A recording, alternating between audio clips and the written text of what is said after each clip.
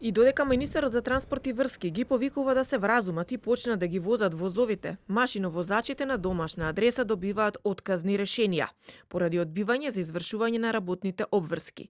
Велат нема да остапат од барањето за зголемување од 30 на 40% на надоместокот за квалитетна работа по цена и сите да добијат отказ од работното место. Ќе си одиме сите.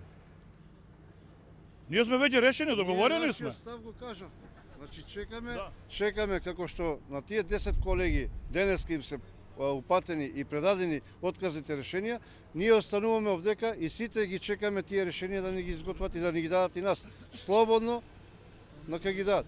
Од нашите обарање не отстапуваме. Едно единствено обарање, 10% покачување на квалитетот. Според машиновозачот Славчо Неделковски, кој 35 години е дел од македонски железници, кризата продолжува, бидејќи наидуваат на игнорантски однос од раководството. И никогаш не сме имале ваков игнорантски однос од работодавачот, затоа што не е фирмата наша, не е ни моја.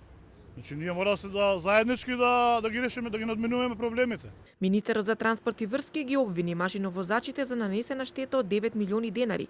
Изјави дека нема да прифатат никакви уцени, бидејќи досега машиновозачите добиле се, а нивните примања се далеку посериозни од останатите работници, со апел да се вратат на своите работни места, бидејќи штрајкот е незаконски. Над 9 милиони денари имаат штета досега направена. Сериозност, да, за овој период. Сериозност размислуваат другите држави да го пренасочат железничкиот сообраќај преку Бугарија. Уште поголеми штети и последици.